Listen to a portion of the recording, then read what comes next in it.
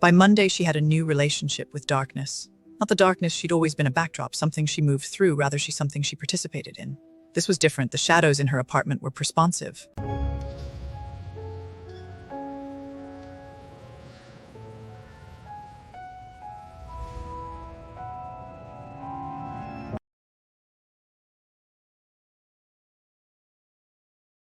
She noticed it first on Sunday morning, reaching for her coffee mug. The shadow, though, cast a half second before she moved, shifting mug. She stopped. She stopped shadow, looked at her hand at contact. Shadow moved again.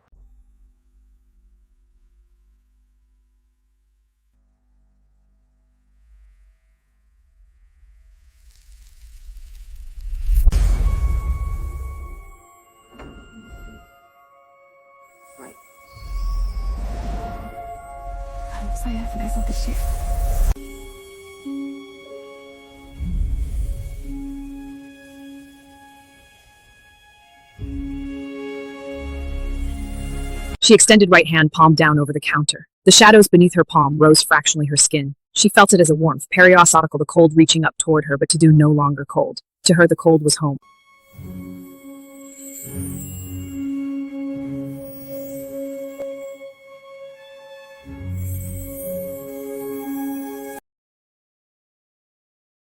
She went back to work on Monday night.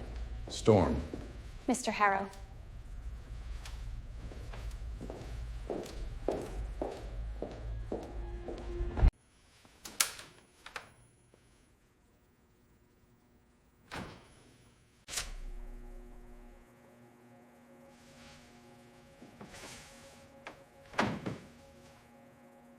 Your eyes, they're in this light. Silver, I know. They were gray yesterday.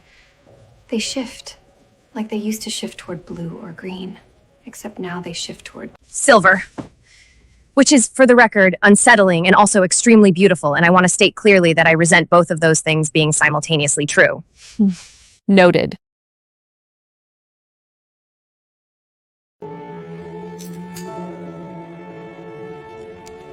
Forsyth's soul was in the corner of Prep Room A when she came in. An elderly woman's configuration of light, settled, quiet.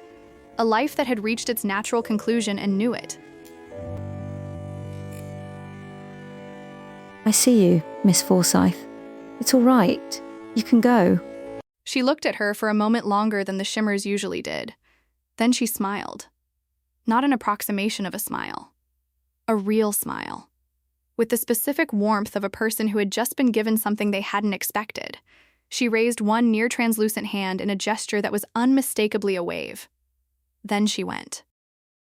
She stood in the prep room for a moment after. The wave. The real smile. She had done this for 6 years without response. Without evidence that they saw her the way she saw them. Now she was something enough like them that they could tell the difference. She pressed her hands to the prep table and breathed through the specific, complicated emotion this generated. Something that was not grief and not joy, but contained both. The craving found her at 2 in the morning. She had been managing it. The hunger, the directional pull of the bond, the compass needle orientation of her entire system toward the signal she now carried permanently in her chest. She had been managing it the way she managed most difficult things, by naming it, accounting for it, and continuing to function around it. 2 in the morning, standing in the break room with a cup of tea she wasn't drinking, the craving stopped being manageable and became total. Not a gradual increase, a sudden, complete shift in register. She set the mug down very carefully, because the careful setting down of things was what you did when the alternative was dropping them. She pressed both hands flat against the counter and breathed.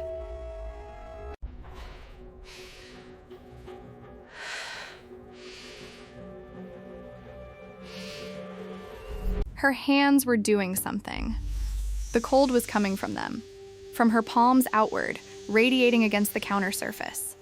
And the counter under her hands was developing a thin film of frost where her skin made contact.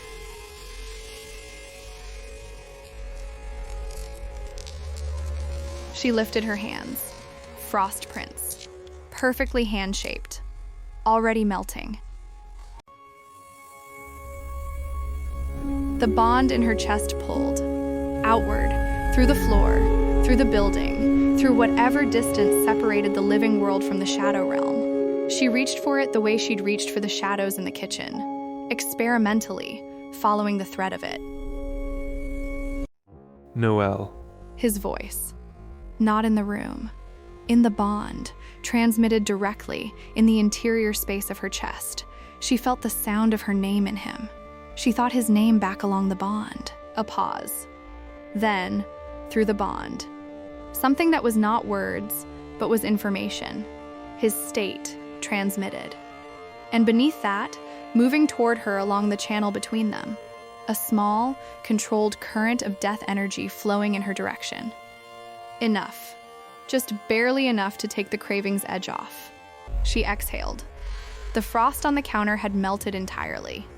She pressed one hand to her sternum and held the warmth of the bond and thought. I'm all right. Go back to whatever you were doing. Through the bond. Something that was not precisely amusement, but occupied its approximate register.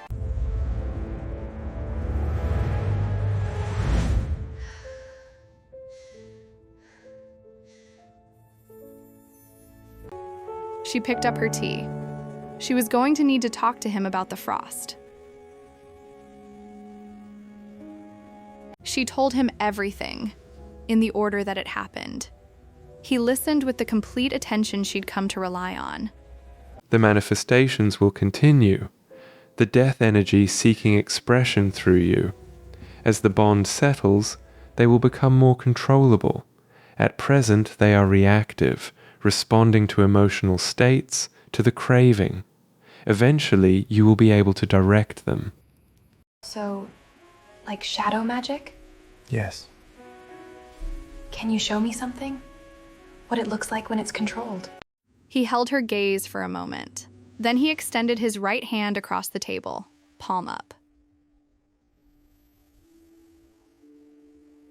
The shadow tattoos along his wrist and forearm moved, shifted their pattern, rerouted, converging toward his palm in a slow gathering that was deliberate and precise.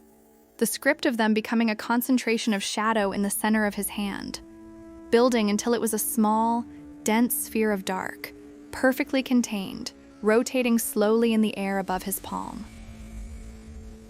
It was beautiful, not metaphorically. Objectively, specifically beautiful.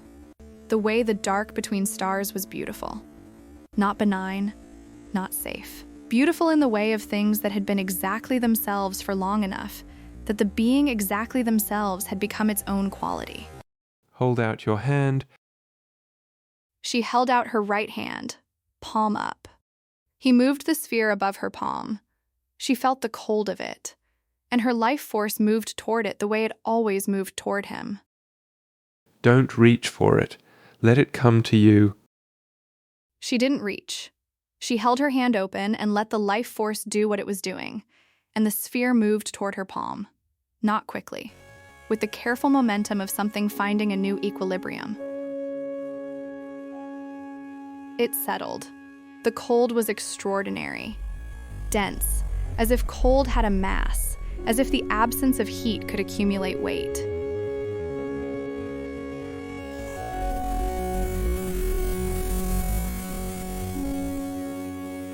Then she did what she'd done at the kitchen counter.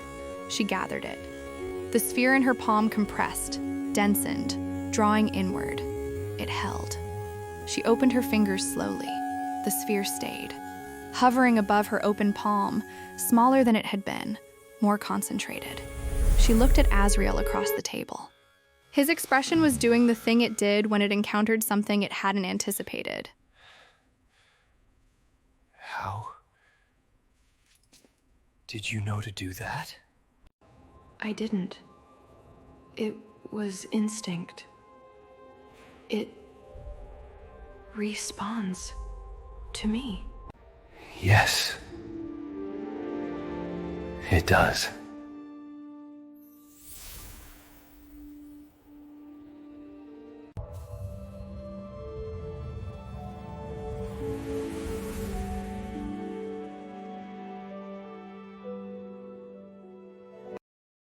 She stood up. She came around the kitchen table. He tracked her movement, the void eyes following with the attention that had no off state, that was simply permanently at its maximum register when she was in the room.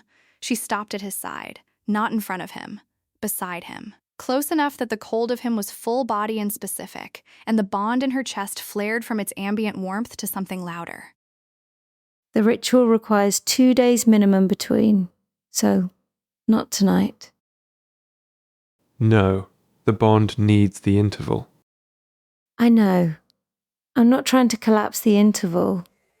I'm near you. I need to be near you. That's different. He was very still.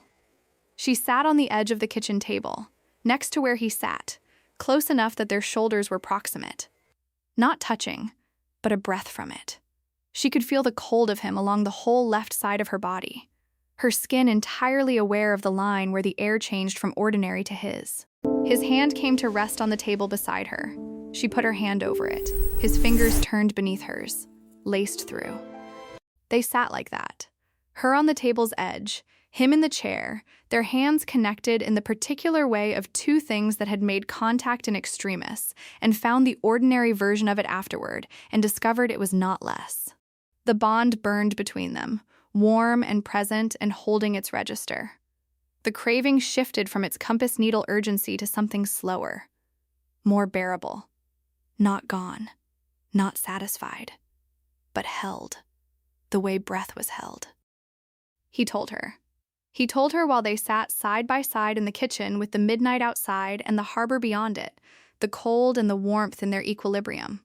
He told her about the things that would come, the ability to move between the realms voluntarily, the ability to see and interact with souls in both registers of their existence, the shadow manipulation she'd already begun, which would extend into something she could use as weapon or tool or shield. He told her about the ability to take the cold of the death energy and direct it outward, to project it. Like a weapon? Yes, among other uses. She squeezed his hand. He squeezed back. You should sleep. I know.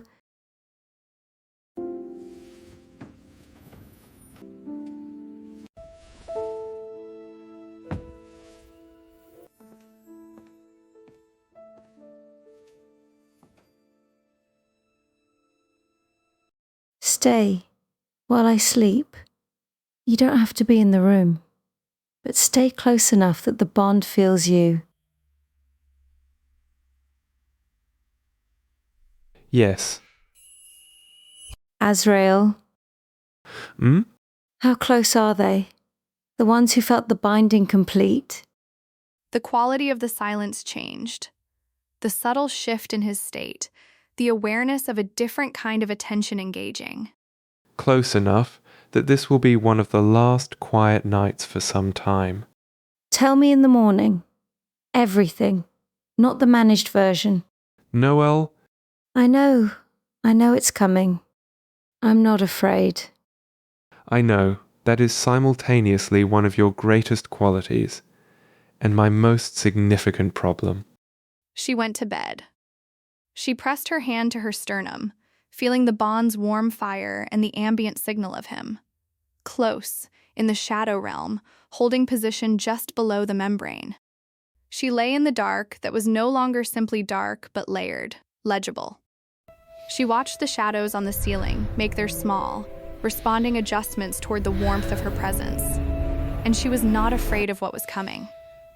She was something else. Something she was still finding the right word for. Ready was the closest she had. She closed her eyes on the silver that still existed behind them. Ready.